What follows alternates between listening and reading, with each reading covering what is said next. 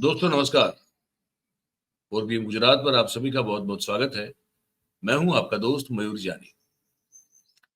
दोस्तों आज एक साक्षात्कार करने जा रहे हैं, हम बातचीत करने जा रहे हैं। हमारे एक मेहमान हैं जिनको हमने बुलाया है। और मैं कार्यक्रम की शुरुआत में आपको ये बताना चाहता हूं कि ये जो बातचीत की जो भाषा रहेगी वो भाषा गुजराती रहेगी। तो ये मैं पहले से बता दूं। हाँ, लेकिन ये साथ में ये भी बता रहा हूं मैं आपको कि जो जो महत्वपूर्ण जो सार होगा उस बातचीत का वो मैं आपको हिंदी में बीच-बीच में जो है थोड़ा बता दूँगा, ताकि आपको पता चल जाए। और जो जो हमारे दर्शक गुजराती भाषी हैं, जो गुजराती भाषा को जानते हैं, समझते हैं, बोलते हैं, उनके लिए तो फिर कोई परेशानी वाली बात है ही नहीं। तो मैंने आज किया है मनहर पटेल साहब को।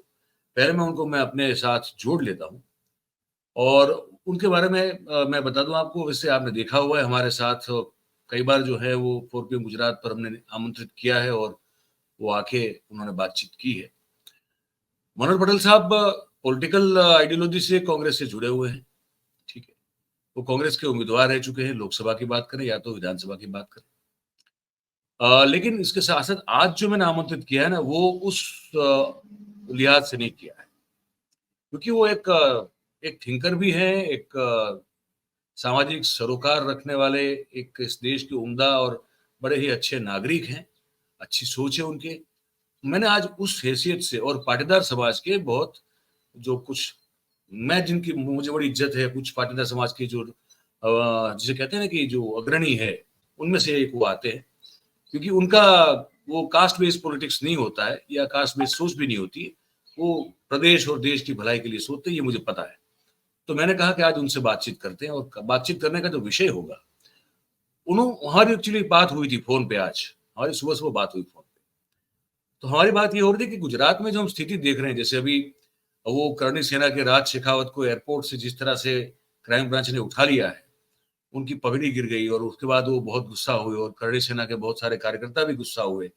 तो पुरुषोत्तम रूपाला की जो वाणी विलास हुआ, उसके बाद जो एक पूरा माहौल खड़ा हुआ, क्षत्रिय समाज के विरोध का, उस आंदोलन का, तो मनोहर भाई का एक अपना अलग सा टेक है। मैंने सुबह जब बात की तो उन्होंने एक जो अपना एंगल प्रस्तुत किया, वो एंगल मुझे बड़ा अलग सा लगा।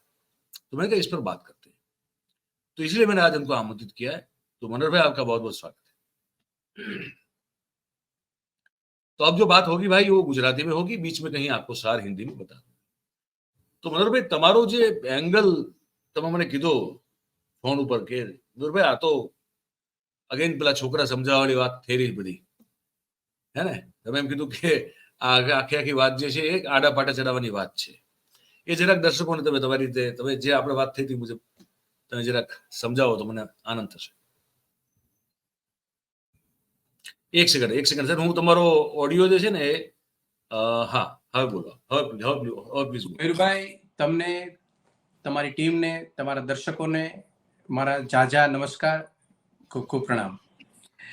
વાત મુદ્દો મહત્વનો મુદ્દો અને અત્યારેનો સમયનો પેચીદો મુદ્દો જો હોય તો એ રાજકોટ લોકસભા અને એના ઉમેદવારને લઈ એમના મોઢામાંથી નીકળેલા ક્ષત્રિય સમાજની અસ્મિતા હણાય એવા શબ્દોને લઈ સમગ્ર દેશની રાજનીતિ અત્યારે ગરમ છે અને એક દાવાનળ સળગવાની જે તૈયારી થઈ હોય એ રીતનો માહોલ આજ સવારમાં પણ મેં જોયો. મયુરભાઈ, વાત મુદ્દો એ છે કે આ બધું કરવા પાછળની જે નાટક ટોળી જે છે, જે થિંક છે, એ ભારતીય જનતા પાર્ટીનો આ જૂનો રસ્તો છે, આ નવો રસ્તો નથી. અને આ જૂના રસ્તામાંથી હંમેશા માટે આવા મુદ્દાને લઈ રાજનીતિમાં લઈ 1, 2, 3, 4 નહીં, આપણે તો ઘણી વખત એવી વાત કરતો કે એક કાંકરે 2 પક્ષી મારે, આ 2 નહીં, આ 5, 5 ને 10 પક્ષી મારે છે, એ ટાઈપના કાંકરા કહેવાય. ભારતીય જનતા પાર્ટીની માનસિકતા 2002 પહેલાની અને 2014 પહેલાની આખા દેશની, આ બે વચ્ચેનો ખૂબ મોટો ભેદ છે અને મોટું અંતર છે એના બે વચ્ચે. રાજકોટની અંદર કડવા પાટીદાર સમાજના ભારતીય જનતા પાર્ટીના લોકસભાના ઉમેદવાર એ અમરેલીથી બિલોંગ કરે છે. જી. અમરેલીની અંદર અને ગુજરાતમાં એનું ખૂબ મોટું નામ અને એક કદ્દાવર નેતા ભારતીય જનતા પાર્ટીના કહેવાય છે. કેન્દ્રમાં મંત્રી પણ છે. એક વખત કૃષિ અહીંયા મંત્રાલયમાં પણ રહેલા છે, ઉપર પણ કૃષિનું મંત્રાલય પણ એ સંભાળી રહ્યા છે. પ્રશ્ન એ છે કે ભારતીય જનતા પાર્ટીના આ આગેવાનના મોઢામાંથી જે બે શબ્દ નીકળ્યા અને એ શબ્દને લઈ આ ગરમાહટ ઉભો થયો છે, એને શાંત કરવાનું કામ ભારતીય જનતા પાર્ટીની શિર નેતૃત્વનું છે. પરંતુ ભારતીય જનતા પાર્ટી આને શાંત કરવામાં માનતી કેમ નથી? આ સવાલ સમગ્ર જનતાને દેશને સામે આવવો જોઈએ. એટલા માટે આવવો જોઈએ કે ભારતીય જનતા પાર્ટીના આ આગેવાને 3 વખત માફી માંગી, ભાઈ મને માફ કર દો, મને માફ કર દો, મને માફ કર દો, મારાથી ભૂલ થઈ ગઈ છે, વગેરે વગેરે. સીઆર પાટીલે પણ માંગી. માફીના બદલામાં ક્ષત્રિય સમાજ એમ કે છે કે ભાઈ નિશાન ચૂક માફ, નહીં માફ નીચું નિશાન. અને એક બાજુ આ લોકો એમ કે છે કે ક્ષત્રિયો તો છે ને એ એક ક્ષમાને એ આભૂષણના રૂપમાં દર્શન કરાવે છે. હવે ક્ષત્રિયો એક ક્ષમાને આભૂષણ આપવું એને લઈને કરવું કે નિશાન ચૂક માફ, નહીં માફ નીચું નિશાન. એટલે હું તમને 3 વાત ઇતિહાસને સીધી સ્પર્શે એવી વાત કરવા માંગુ છું કે એક દાખલો એ છે કે બાણમાંથી છૂટેલું, ધનુષ્યમાંથી છૂટેલું બાણ, તીર, એક મોઢામાંથી નીકળેલો શબ્દ અને ત્રીજું શરીરના ખોળિયામાંથી છૂટેલો પ્રાણ. આ 3 વસ્તુનું સમાધાન નથી, અફસોસ સિવાય બીજું કંઈ નથી. અને અફસોસ એ વાતનો લઈને જન્મે છે કે એને સજા થાય. આ સજા ભોગવવા માટે ભારતીય જનતા પાર્ટીની માનસિકતા એટલા માટે નથી કે આમાંથી એને મોટી રાજનીતિ બટોરવી છે. અને મોટી રાજનીતિ બટોરવાના મુદ્દા કયા?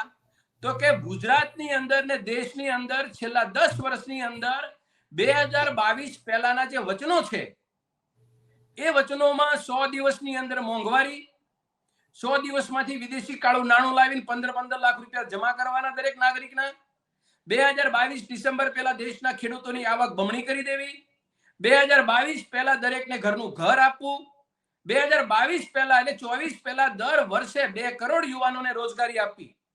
આ તમામ મુદ્દાની અંદર ભારતીય જનતા પાર્ટીની સરકાર, એ સદંતર કેન્દ્રની સરકાર નિષ્ફળ ગઈ છે. આ નિષ્ફળતાના જે મેસેજ ને સમાચાર છે એ તમારા જેવા યુટ્યુબમાં જે વિદ્વાન લોકો છો, તમે જે તમારી જે ચેનલ ચલાવો છો, જે રીતે દેશને તમે જે સત્ય અને તથ્ય આધારિત વાત મૂકી રહ્યા છો, પીરસી રહ્યા છો, દેશની જનતાને જાગૃત કરી રહ્યા છો, ઉજાગર કરી રહ્યા છો, સભાની અવસ્થામાં કરવા જઈ રહ્યા છો, એ પરિસ્થિતિ ટીવી સ્ક્રીન ઉપર આજ જોવા મળતી નથી. એના પુણ્ય પ્રતાપે આ લોકોએ આ મુદ્દાઓને જીવંત રાખવાનું કામ કર્યું છે. बहुत बहुत बहुत सही बात कही है आपने. मैं दर्शकों से बता दूं, जो मनोहर भाई कह रहे हैं उसका एक सार बता दूं. वो कह रहे हैं कि ये मुद्दा जो है पुरुषोत्तम रूपाला का एक विवादित बयान, और बयान के बाद जो भी आक्रोश, गुस्सा और रोष जो प्रकट हुआ क्षत्रिय हमारे जो राजपूत समाज के भाई बहन है उनका, वो अपनी जगह है, वो ठीक है. लेकिन वो जो लंबा चल रहा है उसको शांत किया जा सकता था बहुत जल्दी. समय पे उस पर जो है एक्शन लेके शांत किया जा सकता था. लेकिन भारतीय जनता पार्टी की मानसिकता, मनोहर भाई का कहना ये है कि कुछ इस तरह की है कि क्योंकि जो असल मुद्दे हैं, महंगाई हो, बेरोजगारी हो, गुजरात में पर्ची लिख के लगातार बंद जो हो रहे मामले हो, वहां से लेके करप्शन, हमारे यहाँ तो इतनी सारी नकली चीजें रोज पकड़ी जा रही है कि अब तो नकली गुटखा भी पकड़ा जा रहा है, नकली शैम्पू भी पकड़ा जा रहा है, और नकली सरकारी कचहरी है, और हर चीज जो है वो नकली आ रही है. एक तो हमारा अखबार है गुजरात का, उसने लिखा था कि अब नकली सरकार भी कभी शायद पकड़ी जाएगी, नकली सरकार कोई चला रहा होगा, इस तरह का कटाक्ष भी अखबार ने किया था. तो कहते कि जो मूलभूत जो मुद्दे हैं, वो उन मुद्दों से जनता का ध्यान भटके वो कैसे हो सकता है? तो मनोहर भाई का कहना है कि वो जो पत्रकार हैं हमारे जैसे, हम तो इंडिपेंडेंट मीडिया है, लेकिन जो गोदी मीडिया जिसको कहा जाता है, जो बहुत सारे हैं यहाँ पे और सब जगह पे है, तो उनको फिर ये एक ही मुद्दा चलाने के लिए मिले पूरा दिन, ताकि असल मुद्दों पर चुनाव आते आते तक जो है कोई बात करे ही नहीं. मनोहर भाई का कहना है कि ये एकमात्र कारण है कि भारतीय जनता पार्टी जो है इस पूरे मुद्दे को अभी तक खींच रही है. मनोहर भाई, પણ આમ એ તો એનો સ્વાર્થને કારણે કરે છે, પણ સમાજનું જે તાણોવાણો છે આપણો સોશિયલ ફેબ્રિક, અત્યાર સુધી ક્ષત્રિયો પણ બહુ માપમાં, ક્યારે રૂપાલા ભાઈ કીધું છે તો રૂપાલા સાહેબ કીધું છે, ક્યારે તુકારાથી પણ કોઈ જાહેર મંચથી ક્યાં કોઈ બોલ્યું નથી.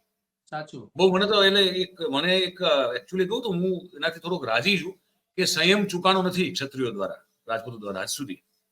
એમાં કોઈ સવાલ નથી. બહુ સાચી વાત છે. અને હું તો આશા રાખું કે સંયમ ન ચૂકાય. સંયમ છે, કારણ કે સંયમ જે દિવસે ચૂકાણો એ દિવસે શું થશે એની કલ્પના હું તમે કરીએ તો આપણે થથરી જઈએ, એવી કલ્પનાની વાત છે આખી. અને આપણે તો સૌરાષ્ટ્ર તો ક્ષત્રિય એટલે કે રાજપૂત અને પટેલો વચ્ચેનો એક આખો એક લોહિયાળ એક 1.5 દશક જોયો છે આખા. અને એમાંથી એ કડવાશમાંથી માંડ બધું છેલ્લા અમુક વર્ષોથી બધું થાળે પડેલું છે કે ભાઈ હવે એ લોહિયાળ બધી વસ્તુ નથી. એવી સ્થિતિમાં એક એવી બીક લાગે છે તમને કે આ જો બહુ તાણવામાં આવશે તો કદાચ આ તૂટે ને કોઈ જગ્યાએ સંયમ ચૂકાઈ જાય અને સામાજિક આપણો જે સોશિયલ ફેબ્રિક છે એને કંઈક બહુ ખરાબ અસર પડે એવી પણ તમને ચિંતા છે?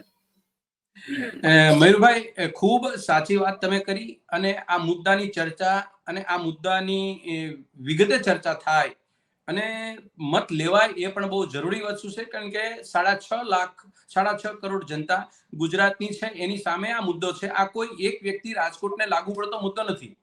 હું તમે ક્ષત્રિય સમાજની વાત કરી, હું તો પાટીદાર સમાજમાંથી આવું છું. પાટીદાર સમાજના દીકરાને પહેલી વખત ક્ષત્રિય સમાજને મળતી ભાવનગર લોકસભાની બેઠકનો ઉમેદવાર કોંગ્રેસ પક્ષે મને બનાવ્યો.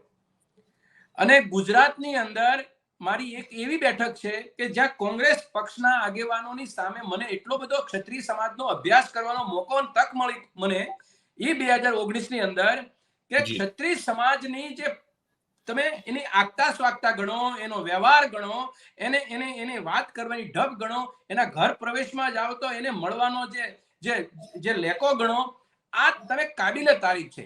હું તો એક પાટીદારના દીકરા તરીકે હું તો બહુ ખુશ થયો હતો. મેં બહુ જોયું છે ક્ષત્રિય સમાજની આ વાતની. અને ક્ષત્રિય સમાજની સૌથી મોટી વાત છે કે વિવેક ક્યારેય ચૂકતા નથી. ના, નહીં ચૂકે. અને એ હંમેશા માથું નમાવીને તમને સ્વાગત કરે છે. પણ એનામાં ક્ષમતા છે માથું નમાવવાની ભાવનાને ન સમજે તો માથું ઉતારી લેવાની પણ એનામાં ક્ષમતા છે. આ વાતને લઈ ક્ષત્રિય સમાજની મસ્કરી કેટલી હદ સુધી કરાય એ આપણે બધાને ખબર હોવી જોઈએ. અને ક્ષત્રિય સમાજને એક લેવલ સુધી નિમ્ન કક્ષાએ ચિતરવો જોઈએ.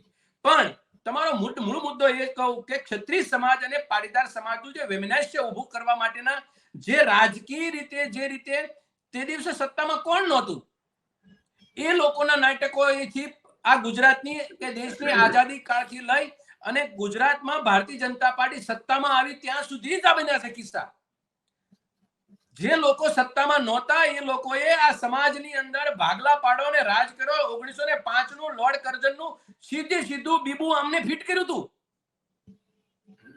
અને એના કારણે ગુજરાતની અંદર માંડગઢ કાંડ બન્યો હોય કે કોઈ જગ્યાએ એકાદ ધારાસભ્યની હત્યા થઈ હોય, આ ઝેર કોના તરફથી રોકવામાં આવ્યું હતું?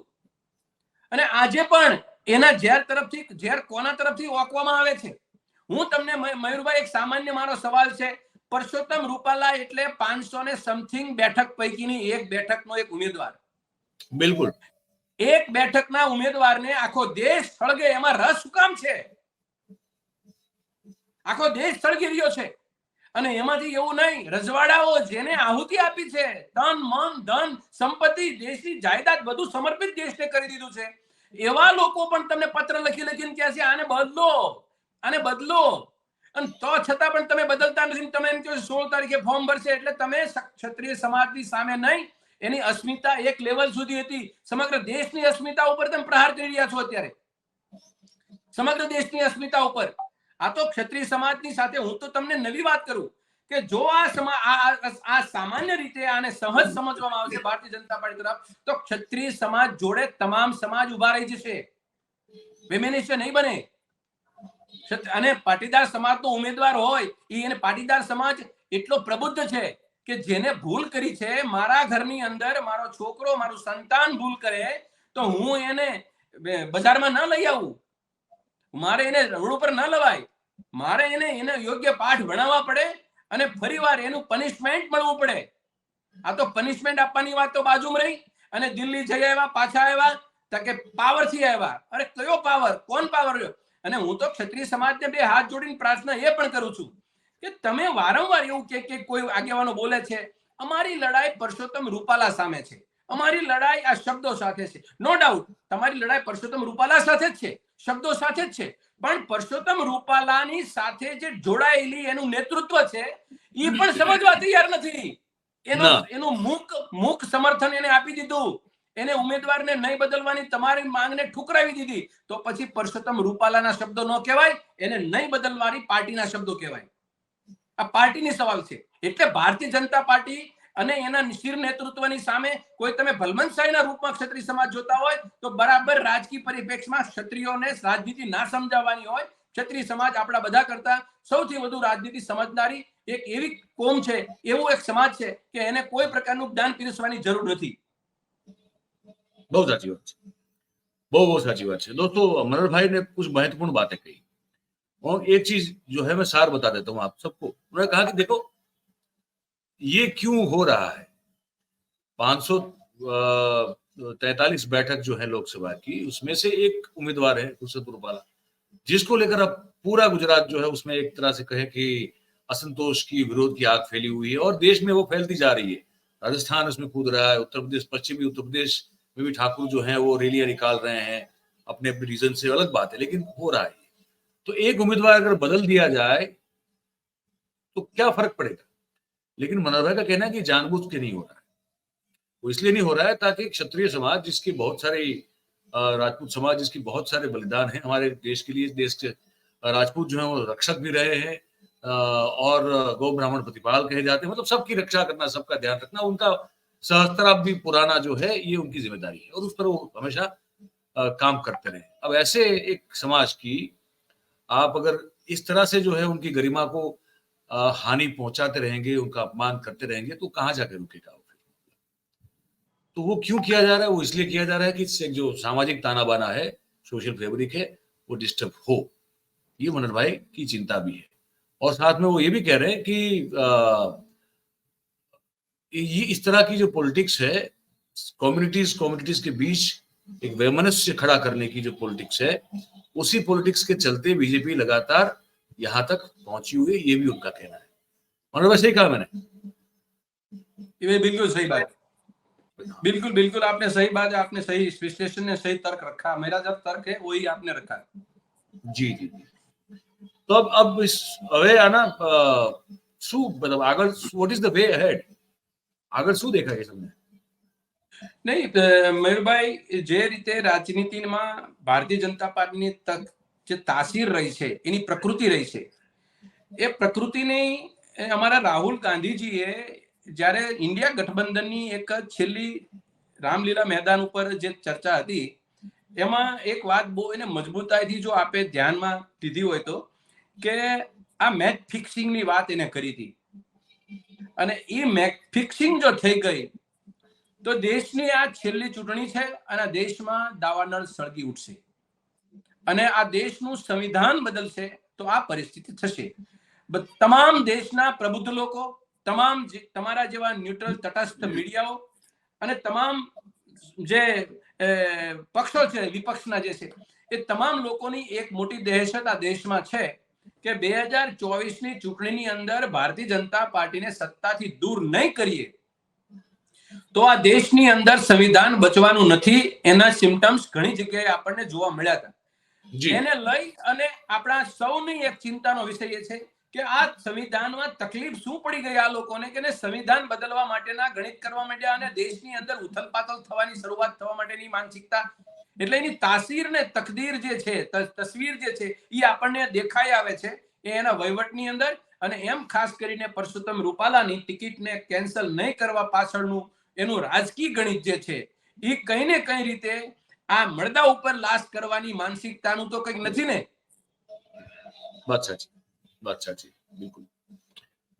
दोस्तों यही था मनोहर भाई ने आखिर में जो कहा, उसका सार ये है कि भाई जैसे वो उन्होंने राहुल गांधी का जिक्र किया, कहा कि जो अभी कुछ दिन पहले जो एक उन्होंने संबोधन किया था तो उसमें उन्होंने कहा था कि ये पूरा जो है चुनाव मैच फिक्सिंग जैसा जो है वो लग रहा है और मोदी जी मैच फिक्सिंग कर रहे हैं।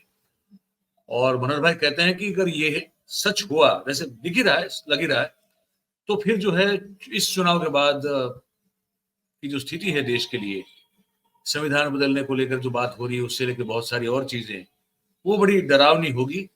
और समाज और समाज के बीच की वैमनस्यता तो छोड़िए, उससे आगे की बहुत सारी चीजें जो है हमको फेस करनी पड़ेगी, ये उनका कहना है। मनोहर भाई, बहुत बहुत धन्यवाद, आपने वक्त निकाला। Thank you very much. ऐसे ही मिलते रहेंगे आपसे। Thank you, thank you. तो दोस्तों, ये मनोहर पटेल साहब थे। मैंने जो क्रक्स जो है मैंने आपको हिंदी में बता दिया।